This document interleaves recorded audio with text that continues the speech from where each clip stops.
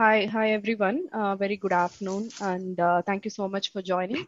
So myself, Priya, I'm part of Ariba Solution Management team. I work on the innovations and adoption initiatives, as well as work with the strategic customers. And also, I'm supporting Mukesh, and there's another.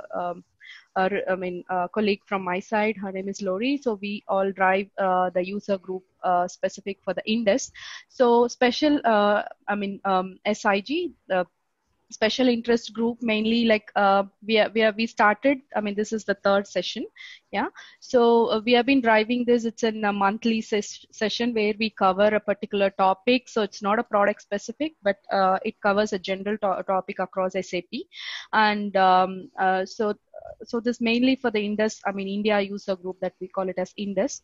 And we also have Mukesh, who has been like driving this from some time back, and I joined recently into this activity. So if you have any questions or clarifications, you can let me, Mukesh, know, and we can take it accordingly. And once again, welcome to the today's session, and I'll hand it over to Venkat. Thank you. Sure. Hi, all of you. I'm Venkat, part of what we call as the value advisory group in the spend management portfolio of SAP. So I help customers in devising value, understanding the problem statement first, and from there to making sure they're able to identify the right metrics and business value that they may achieve out of the program. How do they go about on it? And that whole journey is something I work with customers. Come with around 20 years of experience, and in the last 15 years or so been on the procurement space doing various roles. And then been with SAP for the last 1.5 years plus. Sabya, you want to have a quick introduction? Sure, thank you. Thanks everyone for joining. My name is Sabyasachi. I'm also part of SAP Intelligent Spend Management team. I'm a solution specialist. I specialize on the procurement solutions of SAP, and I work with customers to help them transform their procurement operations and bring digital transformation in their organization. So I'm also part of SAP for last little over 3 years now. Yeah. So over to you, Venkat. Sure. So, Mukesh, anyone or anything to wait for, or can we go and get started? You can get started, Venkat. Sure. No problem. Okay. So, as part of today's session, we are going to be covering the topic around the risk management and how we view risk management. What are some of the elements which we have got around risk management as part of portfolio, and especially with the changing environment due to COVID and few other things that's been happening across the world, how the portfolio of things, portfolio of our product help your day-to-day operations as well as in your strategy is something we'll try to cover. And feel free to type in the questions you may have, and towards the end of the session as well, we'll be happy to take some questions you may have, right? Hope all of you are able to see my screen. Yes, please go on. Right. So in terms of the risk management framework, the way we look at the risk management framework across has 3 parts to it, or 3 phases. The assessment piece of it, which includes basically how are you trying to identify risks and segment them. The monitoring phase as well as the mitigation phase, and it's cyclical in journey. Obviously, it's not like you got the 3 phases with a particular time frame. And similar to any other supply chain area, the 3 phases have a similar kind of scope in the procurement scheme of things too, with the dynamics around what's needed on day-to-day purchasing, right? And the elements which we see as important to support customer organizations in the 3 phases are around the data insights, which has to be on an ongoing basis. When we speak about data insights, there can be multiple kinds of data insights, including your internal as well as external information. And from news to financials published, everything becomes part of it, right? Venkat, sorry to interrupt. I guess, Mukesh, the recording has stopped. Can you double check?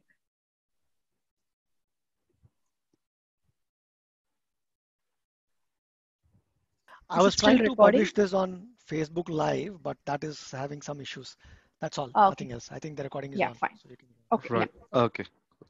So, and while we speak about these three phases and data being part of it, overall, if we see how customer organizations are looking at management of risk, there are two levels of risk management, right?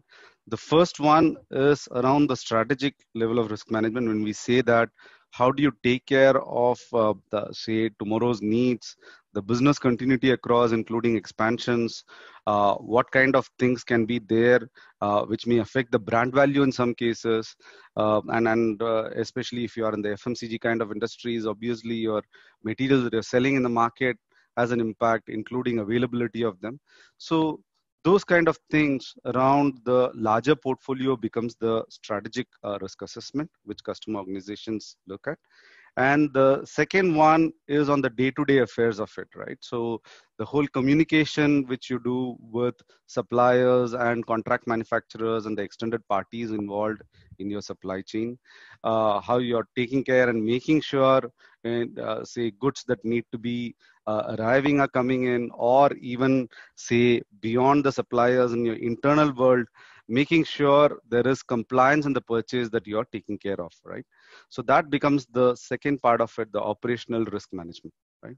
So in today's session, we will try to, so while Ariba as an end-to-end portfolio has touch points across all of them, today we are going to try and cover a few of those areas which we believe are key for business, right? So moving on to the data insights piece of it, with the changing world of COVID, which we all of us have been seeing for the last 60 days, not just in India, globally. What we have understood is there can be multiple news and information that gets reported out, but more importantly, it is important for customers to understand and hear from their key suppliers on what is it they are going through, how are they taking care of their business, what kind of capacities they've got, what kind of constraints are there, etc. Hearing those full challenges from suppliers' mouth is really important. So from that perspective, we have got surveys with a list of questions for various industries and various areas covering that's been prepared. But at the same time, this is a flexible setup that we have got, where if customers want to add a set of questions or feel they want to remove certain questions which we have created as part of templates, they can do that and send it to suppliers for them to respond. And once the supplier responses come in, some level of analysis as well associated with the responses are something what the supplier continuity pulse does, right? So currently, considering the business needs, there is a limited period for which the supplier continuity pulse has been opened up as free for the customer organizations. So you can visit our website for more information. But what it basically looks at is to make sure you're able to understand your suppliers with their current situation, learn, and also while you do that learning, how do you take it back into your procurement planning, supply chain planning, so that there can be mitigation actions that can be taken, there can be certain forecast changes that can be done where needed, and corrective actions taken care, including alternative supply identification if needed. So that's what Supply Continuity Pulse helps with. I will just play a quick video which gives you a little overview of it and brings what I spoke to life, right?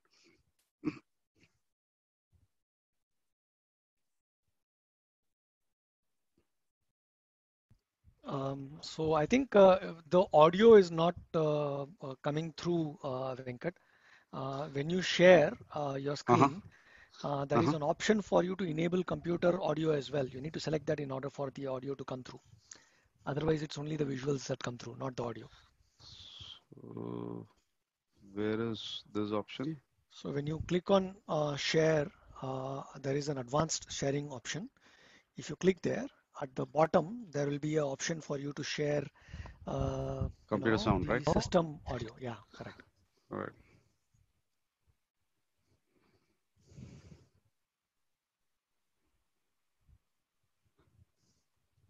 In light of the recent COVID-19 issues, buyers need to conduct a supplier health check to analyze the risk associated with overall Venkat, the potential supply or services video is not disruption. coming. Video is not coming? No, we can still see the slide. 1 second. Let me. I think you've shared the slide and not the desktop, so you might have to share the desktop.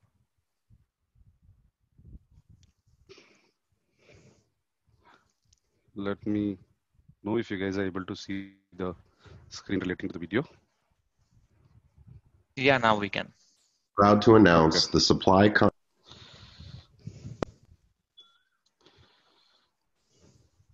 In light of the recent COVID-19 issues, buyers need to conduct a supplier health check to analyze the risk associated with overall potential supply or services disruption. Buyers must closely monitor short-term and long-term demand, inventory, and personnel changes to accommodate production and productivity loss in the wake of supply disruption and economic slowdown. It's more important than ever to keep a pulse on needs and expectations to ensure clear communication and direct action based on key insights, not impulses. Qualtrics and SAP are proud to announce the Supply Continuity Pulse XM solution, which helps buyers understand supplier well-being and needs as we all adapt to remote work environments and delivery constraints for products and services. It includes an initial pulse study to help buyers assess the current status of their suppliers and offer support where needed, and pre-built reports to visualize trending information aggregated for all supply responses. To access and set up this guided solution, simply set up a free Qualtrics account, enter your information into the form, and click Submit. You'll receive an email with your login information shortly. Existing Qualtrics users can log in as usual. Once you log in, click Create New Project and find the Supply Continuity Pulse tile in the COVID-19 Solutions under the Core XM tab. Give your project a name and click Get Started.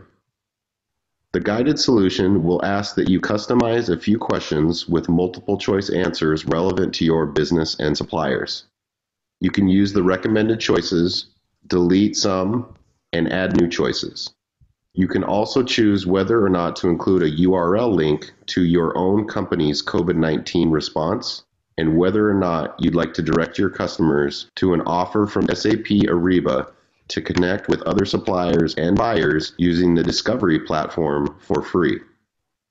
Click on Finish and the supplier survey will be automatically generated. You can preview the survey by clicking through the questions and to make sure the links work properly. Qualtrics subject matter experts have provided a recommended set of questions to ask suppliers, but you have the option to add additional questions if. Right. So I'm not going to go through another. There are a few more things around the questions, etc., which it shows. So as you've got a glance of it, this is what the cloud platform does, and the Pulse platform does for customer organizations.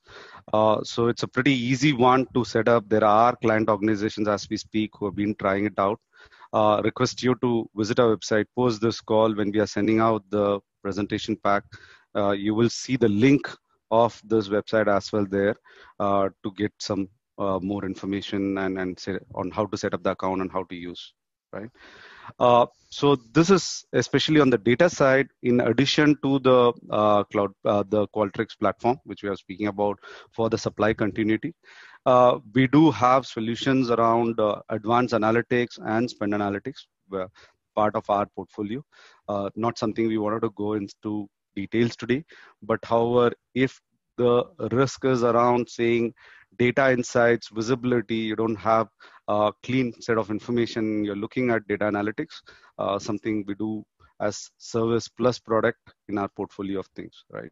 Would be happy to take anyone through it in case you are especially interested on it.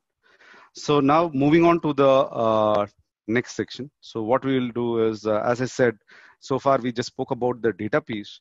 The strategic element of how do you manage risk becomes a very important element in every organization, especially with industry flavor to it, as well as key parameters, what are to be looked on, so on and so forth. So I'm requesting here Sabya to take you through the risk, strategic risk portfolio which we've got and how it works. Sure. Thanks, Venkat. Venkat, do you want me to share my screen or would you be projecting the PPT? I'm just trying to share my screen.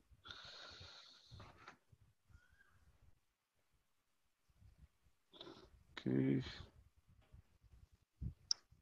Perfect. Yes, sir, I can see it. Thank you so much.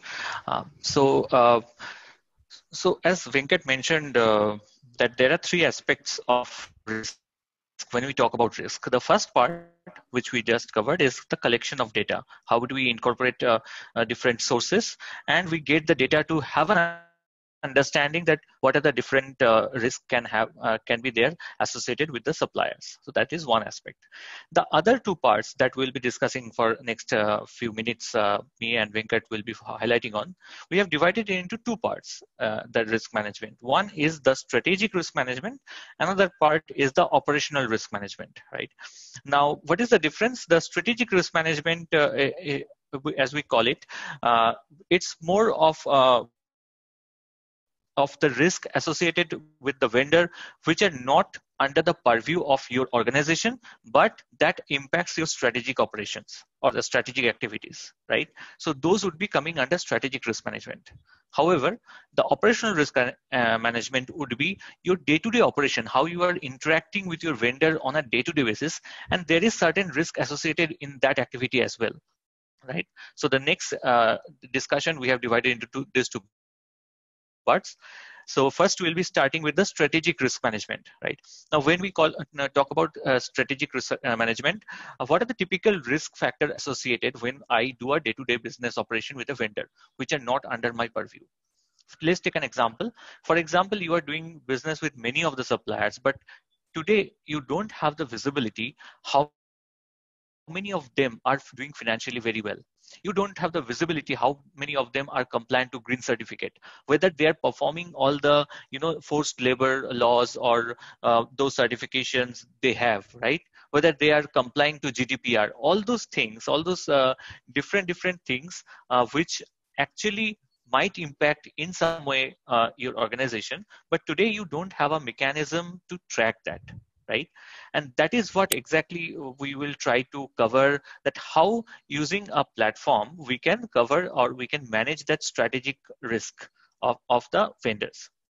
Now, what we have done, we have actually divided this strategic risk into four broad categories. I'll be definitely discussing a little bit more details. On a high level, those are regulatory compliance, environmental, social, financial, operational. These would be some, we call it strategic buckets when we, how we have divided these risk categories, right? Now, whenever we talk about other customers, right, most of the customers have expressed this common interest that when we are talking to our customers, when it comes to managing or the performance of a customer, it's very I mean, it's still to some extent manageable, or many organization has a skeleton in place to manage those suppliers or to identify the capture the performance of the suppliers in terms of on-time delivery, in terms of quality, because day in day out they are doing transaction with those vendors. But when it comes to social, governmental, or governance related, sustainable, right, or the regulatory compliance related issues, many organizations find it little challenging in terms of managing that, right? So that is what we are going to cover, that what are those things and how using a platform we can address those challenges. So Venkat, I would request if you can please go to the next slide. Right, thanks. So these are the four buckets that I was talking about, that what we have done, we have broadly categorized the entire risk or the external risk into four key categories. One, regulatory and legal compliance. Two, and social. Three, financial. And fourth is operational. Now, each of these categories have different subcategories. For example, in regulatory, legal, when we talk about, it can be legal, it can be IT security, it can be fraud management, bribery and corruption, sanction, sanction and watch list, all the different subcategories are coming under this legal compliance category. Similarly, for environmental, we can say human rights, child labor, unethical business, conflict, environmental issues, health and safety hazards. All these come under environmental and social. Because you have a supplier in a different country, in a different region, you don't know what are the practices they're performing while supplying material. But in some way, if they're impacted or if their operation is stopped due to some regulatory or compliance issue, that will immediately have an impact on the business. Right? Similarly, how stable the organization is. Although we capture all the necessary financial details of the supplier while onboarding them, but is there a way to, on an ongoing basis to manage or to have a clear view how the financial performance of the supplier is going on, right? Whether he is filing for any bankruptcy, whether there is any downsizing or liquidation or any tax issue that the supplier is facing, right? So financial aspect of vendor is also another important aspect. And finally, coming to the operational part, and in operations, there can be multiple different reasons. One can be country risk, whether he's operating in a very high risk country, or there can be a natural disaster, where there can be a disruption in the plant or shutdown, labor issues, right? Many different issues can be there. Now, all these things directly impacts your operations, but somehow these are not under the purview of your day-to-day operations. And that is where this risk management platform or supply risk platform comes into picture, which gives you one single platform to manage all the different types of incidents, right? So each and every type of this environmental or financial incident that we have discussed, these are called incidents. For example, bankruptcy is an incident, insolvency is a type of incident. So there are more than two different type of incidents, which is broadly categorized into these 4 pillars, right? So we monitor those incidents, what is happening with the vendors, and it can give you a comprehensive view. Okay, this is your vendor, you are doing business with this vendor. He has a risk in financial risk. He has an environmental risk. He is high risk in terms of regulatory compliance. And this is precisely what this platform does. It captures all the necessary information and shows you a comprehensive view. Now the question is, from where does it capture the information? How the system or the platform will get to know all this information? So there are multiple different data sources that is part of this platform. One of them, it's called Semantic Vision. Now, what Semantic Vision does, it trains crawlers to 600,000 different data sources. Those are governmental websites, those are public websites, those are news channels, different publicly accessible data sources. Now, it captures all the relevant data related to your supplier from those data sources, and then it brings in all the data. After that, that data is categorized into one of these 4 pillars. Okay, I'm taking an example. Let's say in Financial Express, there is an article about one of your vendors who has filed for bankruptcy, and the system will capture that information. It will be categorized under a risk under the financial pillar, right? And then automatically, based on the configuration that you can do, system will throw a risk score, right? The risk score will be associated for each and every pillar. So in this case, say regulatory risk is low, environmental risk is low, finance risk is high because there is an article about bankruptcy, and operation risk is low. Now you have the flexibility to configure that based on this 4 type of risk, how much weightage you want to give to each of these pillars, and overall risk score will be calculated based on that. So that's how the system works. Okay, just to give you an idea how the entire system works to help you with the strategic risk assessment. So step 1, it captures all the necessary information from the different publicly available data sources. Then number 2, it will categorize the risk into one of these 4 pillars. 3, then it will associate it with a risk score based on the configuration that you are doing, based on how you want to set up your score. And 4, it will calculate the weighted average of overall risk score, right? And will show it to you in a dashboard. Now that is how this entire thing is going to work. Now, Venkat, if you can please go to the next slide and play the video. I want to show, yeah, one example of how it works. Your supply base is more digital, connected, and global than ever. And your risk has never been greater.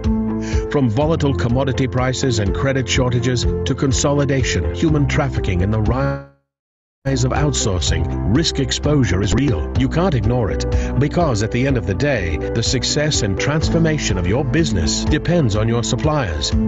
With data science and big data technology, you can get early warning signals to expose risk within your supply base. What if you could get insights into potential areas of risk exposure, such as suppliers on watch lists, suppliers affected by natural disasters or geopolitical incidents, suppliers in financial trouble, or suppliers caught with bribery, corruption, or slavery incidents within your vast supply base?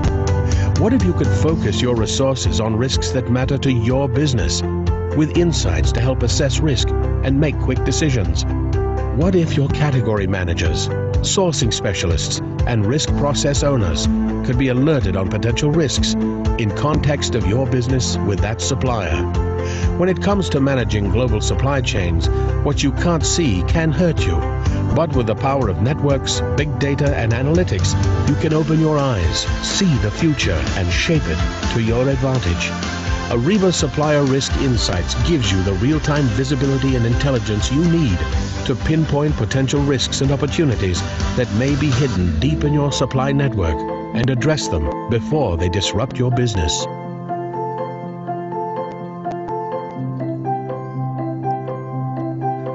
Yeah, you can go to the next slide, please. Yeah. So while we move on, just to add to what Sabya mentioned so far. So in India, website, so including SEBI to the external affairs ministries websites to news channels, all of these are some of the data sources which we have got where the information gets pulled from. Yes, Sabya. Right. So just to add on to this and the same topic, that we also have a collaboration or partnership with Dun & Bradstreet Insights database, which, as you know, that holds more than 260 million supply records. So as part of this platform, you also, enrich the supply records that you have, and you will be able to see the supplier or corporate parentage that we call. Yeah, so that is one of the data sources. DNB also offers some financial risk insight as well. And subsequently, we'll talk about some of the extended platform. Venkat will cover that. That is also part of our extended ecosystem, which helps you to capture additional data that if you want to capture, right? Now, so this is what the video was talking about, that once we want to have a strategic view into our organization, that what are the different risk level in terms of the financial or environmental risk, then this is the dashboard that you get. Okay, so this dashboard captures not only the geographical supply related issues, but also the geographical risk or the country risk. So if you see the map, global map, the different color code shows that which region is a high risk region, which region is not so high risk region. So in case if you're wondering that how we are getting this data, we take it from World Economic Forum, WEF, and we get that country risk from that. And based on that, we have done this color coding. And in the dashboard, what you see, it will show you that how many of your suppliers are in high risk, how many of your suppliers are in medium risk or low risk. And then you can further drill down that who are the high risk suppliers, in which parameter are they high risk, right? So if we can go to the next click, Venkat. Yeah, so this is how it shows. Say, for an example, I want to check that which are the suppliers are in financially high risk, right? What you see here is the top 5 suppliers who are financially high risk. If you see the last column is the financial score, which is 5, which means all are high, and overall score are 3. Or 2.9 or 2.29. So this basically denotes that overall maybe they are not high risk, but I am just checking that financially what are the high risk suppliers. if that is the best part of having everything in a single platform. If you are routing all your spend through Ariba or through the same platform, then it also captures that for each and every supplier, what is the spend associated. So in case if you have a high spend with a vendor which is in high financial risk, you might need to relook at your supplier strategy, right? Or the category strategy. So this is a very informative section or informative piece of the solution, which shows you proactively that the different risk parameters. Okay, yeah, good. So next, what we see here is the various risk incident or risk alert. Now, I mentioned that there are different data sources and we are capturing this data, right, and coming to that risk score. Now, what are these data? If I want to actually see that what are these data that I'm actually capturing and based on which the risk is being calculated. So this is the incident page which captures each and every incident that is happening globally with my vendors, and it will immediately capture. Now, there can be personalized alert messages that as soon as there is an incident happening, right, and this is a very critical vendor to you, you want to get a personalized alert in your mobile, in your laptop, you can configure that. And that is very important, right? Because morning, as a supplier manager, if your day is starting with wanting to know that what is the status of top 10 vendors of yours, so this would be a very useful feature for you, right? Now, in this incident, if you see here, you will see that what is the incident type, right? Whether those 4 categories I mentioned, which category does it belong to? What is the sub-incident? Say it is financial, but in financial, what kind of incident? Is it a merger and acquisition? Is it a takeover? Is it a ownership change, right? So it will capture that sub-incident also. And then it will also tell you the source, that from where has this data been collected and when this article was published, and it will give you a hyperlink to that article or to that data source. So this is how the risk incident is managed in the platform. Yeah. So this is all about external data. I mean, we are getting the data from the external world and processing and getting a risk score. What if internally I want to do an engagement assessment? Say I want to jump into a project with one of the vendors and it's a high value project. I want to ensure there is no engagement level risk which are not captured, or this is something additional I want to inquire with the supplier. So through the same platform, you can also create an engagement level risk assessment. It's a kind of survey questionnaire which you want to float across to the supplier and to the internal stakeholders. And based on that, you can do an internal assessment or in collaboration with the vendor. And due to this assessment, it will come up with a score based on the parameters that you are setting. And you can give it a target score that if the target score is 70%, show me some red mark if the actual score is less than that. So you can see here that engagement assessment score is being reflected. Okay, next please. Yeah. So this is again how the score is being displayed, the same assessment scoring. It can also have multiple different workflow. Yeah, we get next slide. It can also have multiple different workflows, and as and when anything is completed, you get a comprehensive view that at what stage of this risk assessment is this going on, and subsequently you can take action or trigger notification to that particular. Now, this is what very important, because this is one differentiator that this platform has, that unlike many other platforms which are readily available, which also gives you a risk score, where you cannot configure anything because the system will tell you, okay, this is the risk score. Here, it is up to you that how you want to configure the risk score. Say, for you, when you are doing a business with a person from a different country, the geographic score or the environmental score or the operational score would be higher precedence than the financial score. Just taking an example. Or in some cases, the financial and environmental can be of higher importance to you than operational or legal, right? So you can actually configure that how much weightage you want to give into these 4 pillars, and based on that, you will be actually able to see the overall risk score. And in this particular screen that you can see that for a particular vendor, it will continuously capture that each and every parameter, what is the risk score on an ongoing basis. right? And as and when there is a spike or as and when there is a dip, you can actually refer to that. That means there is some incident has happened and you need to look at that supplier, right? So this is all about the configurable risk score. Another aspect, as I mentioned, that forced labor. So for each and every different types, as I mentioned, financial, environmental, legal, or regulatory, or compliance, or operational, you get these different screens. For example, for forced labor exposure. So for forced labor, we use FRDM as a data source, which is made in a free world. So for that, that gives us the information that who are the companies, what is the score corresponding to forced labor exposure, right? So that you get to know whether your suppliers are also performing all the sustainable practices or not.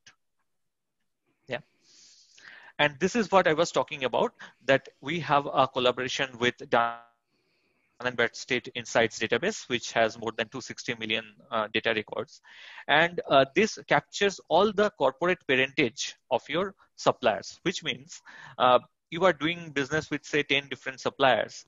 And if you identify that 5 of them have the same parent company, right? And that gives you immense negotiation leverage, right? So that kind of a strategic view, or if you are doing business with, say, one child company and their parent company has actually filed for bankruptcy, or there is some issue with the parent company, then there might be a ripple effect with your vendor also, and you might need to relook at your supplier strategy, right?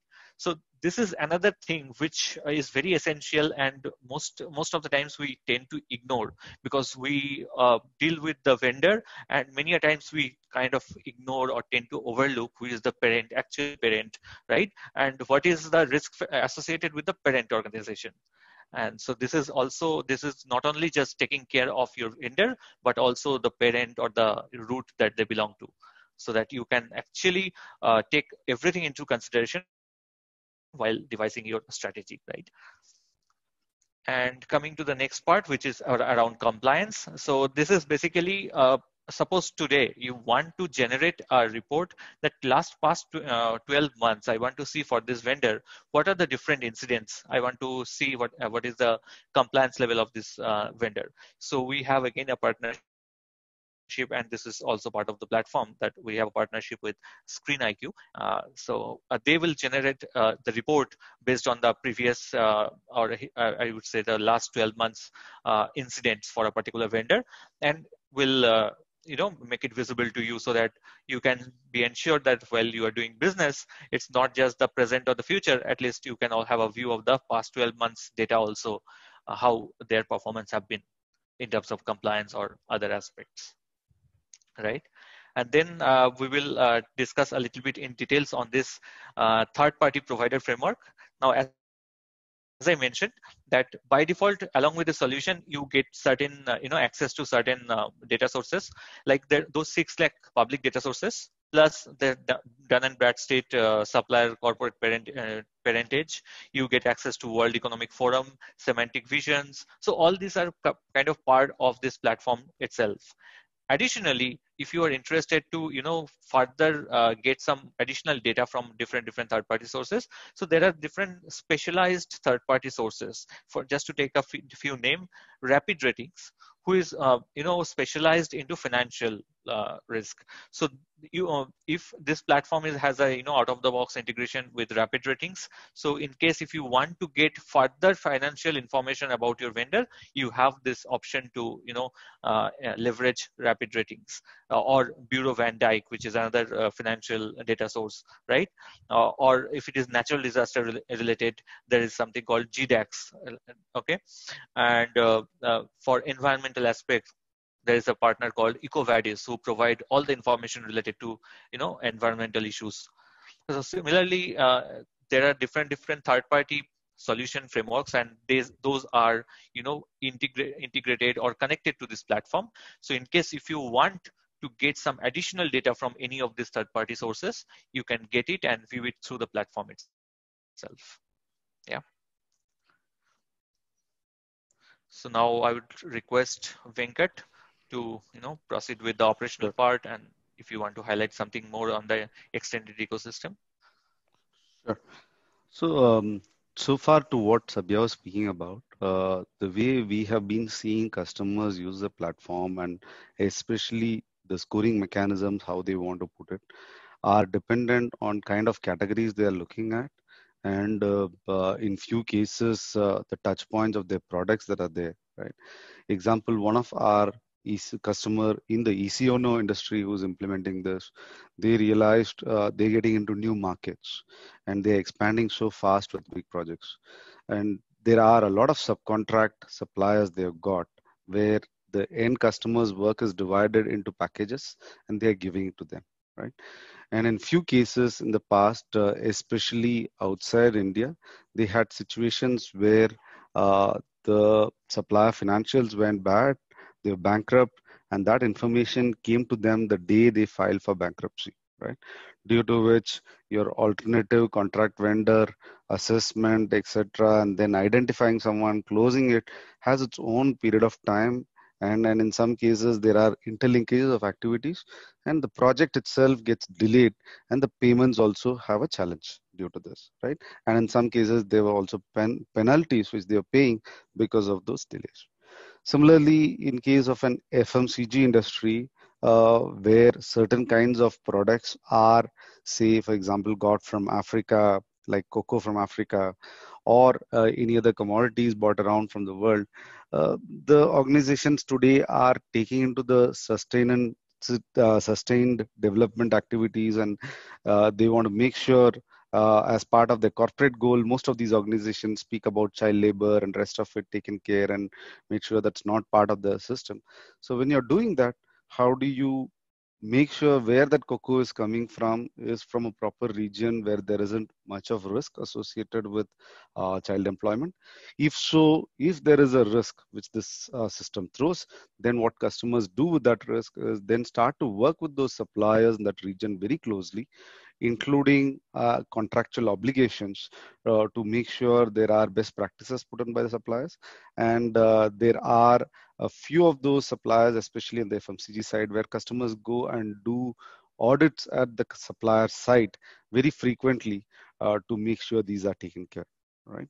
And so it's got, and in case of banking industry, obviously quite a number of banks across the world or financial industry side, customers take this platform to make sure, especially the scrutinizations are more in terms of how banks operate across the world.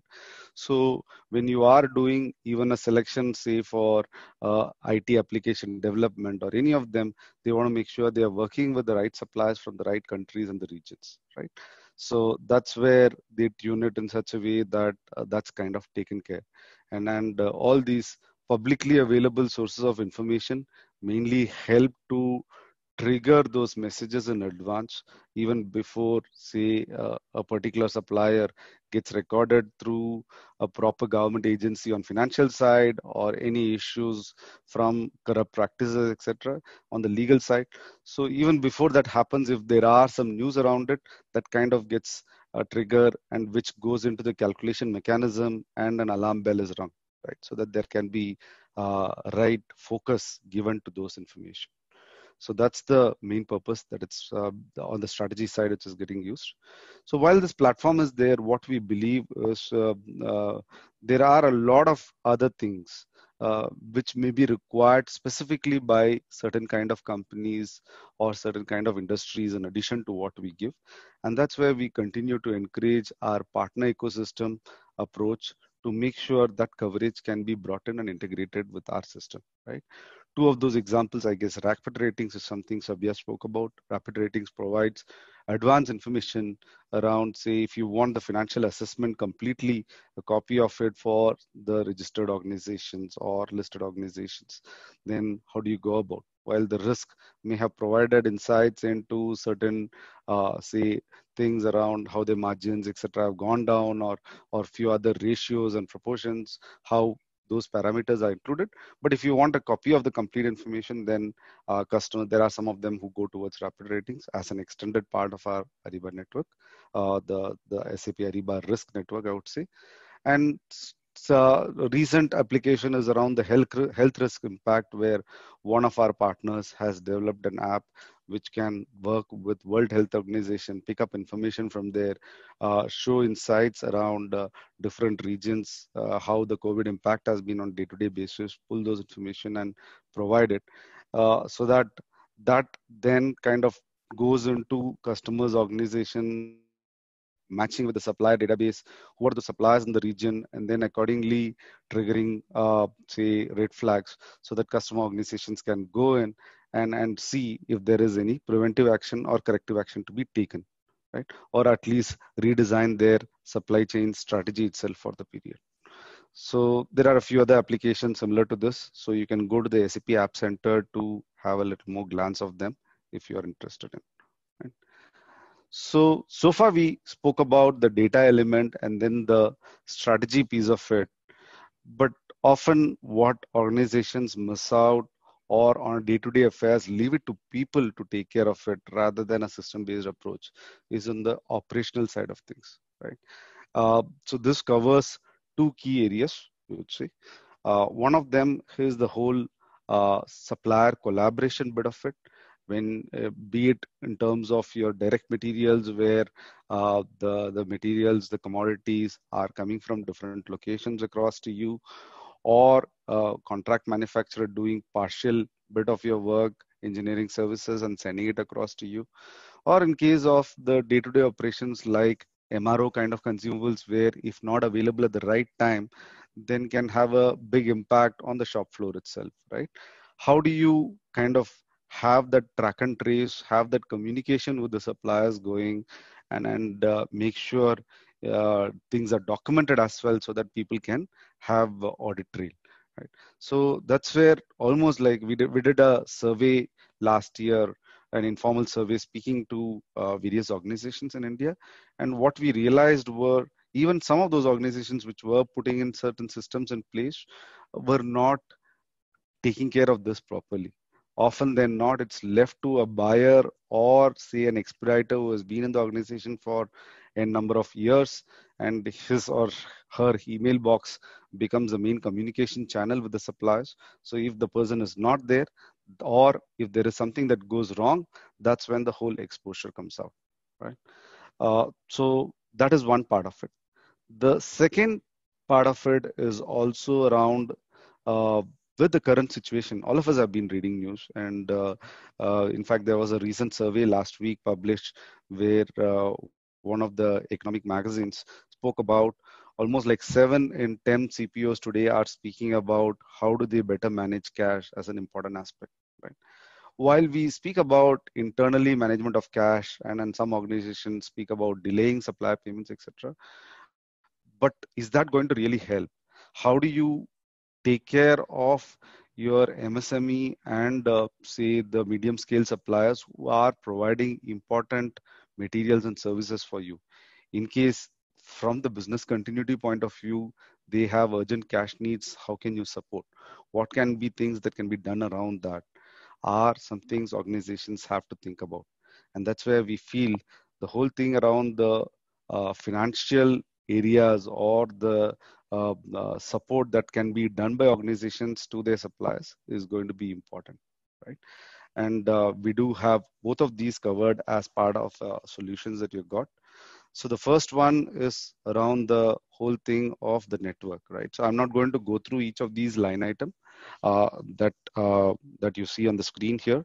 But what we wanted to communicate was, from the time you start your planning, where your forecasting is happening, till the time your whole invoice settlement is happening, across this whole chain, there are various points where information is shared between you and the supplier. It can be confirmations in some cases, it can be changes in certain cases, it can be the material coming in, order tracking number, or it can be the whole thing around the subcontract space, what is the material availability, how much of production has happened, finished goods there, etc. So this whole collaboration piece of it, how can you make it digital, much better, transparent, so that the risk element associated with your day-to-day supplies can be taken care to a greater extent, is what our network supports with, right? So we got almost like 4.2 million suppliers transacting on this network globally, including quite a bit of suppliers in India too. The second one, sorry.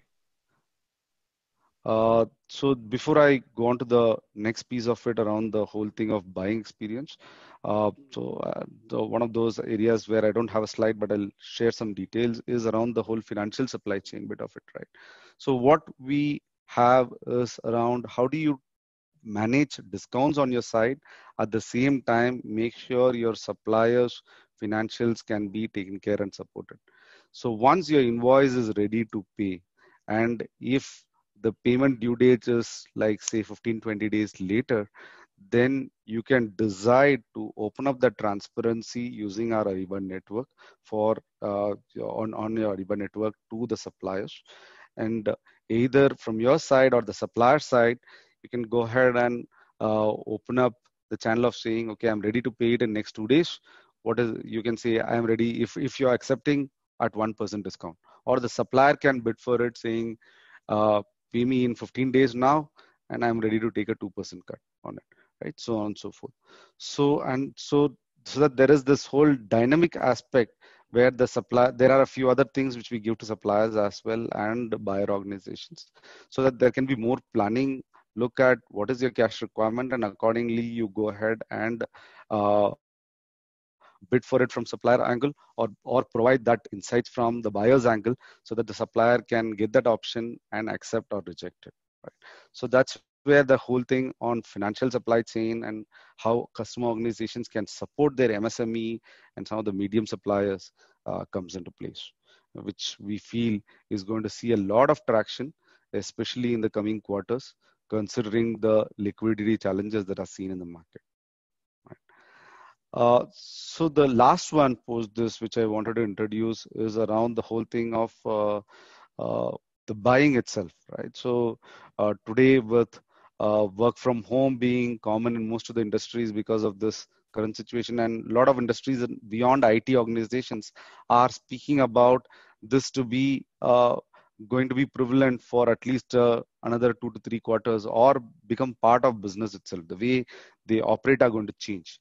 When you're approaching to run the business is going to change, then obviously you need to have systems to help in taking care of your compliance and risk associated with day-to-day buying, right? Requirements, which can be from IT equipments to what's needed on some cases the shop floor, to what's needed for, say, quick transportation or logistics in some cases where decisions are made for a last minute change, not the ongoing regular work. So how do you take care of those? How can that be taken care with a proper buying operation system is what you will see as a video, right? Just let me know if you're able to hear the sound as well. Accenture is a global services and consulting provider. We have operate across 50 plus countries. I think the most important challenges that we need to address is how do we elevate the procurement function? We saw guided buying for the first time, and for us the light bulb went off in our head on how the compelling business case that we had built around contract compliance and around spend visibility could be delivered, because guided buying would offer that intuitive platform to our end users for them to be directed to what we wanted them to buy. Guided buying would allow us to direct the users and have the users find that content and allow us to achieve the contract compliance savings that we aspire to. Now the user is getting the experience they expect. We are still getting the compliance. Similarly, we've been able to really take advantage of catalogs, both the creation of our own catalogs and the use of the marketplace or the Ariba Spot Buy solution to offer the goods and services that our users need. And it's as simple as searching for an item and adding it to your cart, putting in a charge code, and the user is good to go. If you're running P2P and you have a self-enabled user base, guided buying has to be on the roadmap. Right. So while you saw Accenture's example here as a video that is shown, in India, we are seeing quite a bit of customers looking at how do they make the experience of end users more easier. In fact, one of the pharma organizations realized on the R&D space as well as labs, there are a lot of lab equipments and various other accessories that they buy on day-to-day basis. And if things have to be made faster and then the R&D department is supported, they require a more intuitive buying experience system, while most of it can be still cataloged and some preferred suppliers can be put in. But how do you bring that experience and make it easier rather than, say, adding more people to it, where an R&D staff provides a requirement to someone, from there, a requisitioner comes in, looks at certain documents, maybe approved contracts, puts it, buys it for you. Instead, can that whole time be shortened and the experience be improved, right? So that's how they started their guided journey. And there are multiple other organizations across various industries. In fact, one of the other organizations, as we speak, in the textile industry is going through the change where they've implemented and they are rolling out inside the organization. There, the idea is you got a lot of casual buyers for various kinds of categories, from marketing to IT to facilities management. So how do I make sure from a CPO angle, whatever contracts I put in are used properly, and at the same time, wherever, especially for key categories, the suppliers have done complete due diligence on are being utilized, rather than new suppliers coming in where I have no clue where they come from and what is their background, so on and so forth. Right. So that's where this whole the guided buying piece on the day-to-day operational risk management is becoming very, very important and an area of interest for a lot of clients. Right.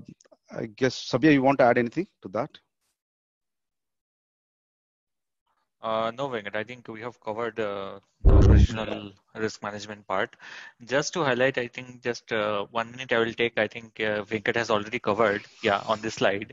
You have already covered that this dynamic discounting or the discount management is gaining popularity mainly because I think cash is utmost important, right? Even from a buyer organization and even from a supplier organization, and especially due to this COVID scenario, and it is getting extremely importance and popularity. And that is the reason why we just included this slide and wanted to just share. I think Venkat has already covered that this is also one important aspect that you might want to consider in your organization. Right. So those are things we had for discussion today. Happy to take any questions that you may have right now.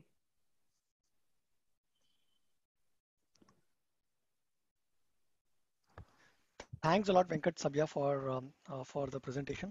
So any questions for either one of them that you have? You can either put it on the chat or you can actually unmute yourself and ask the question yourself.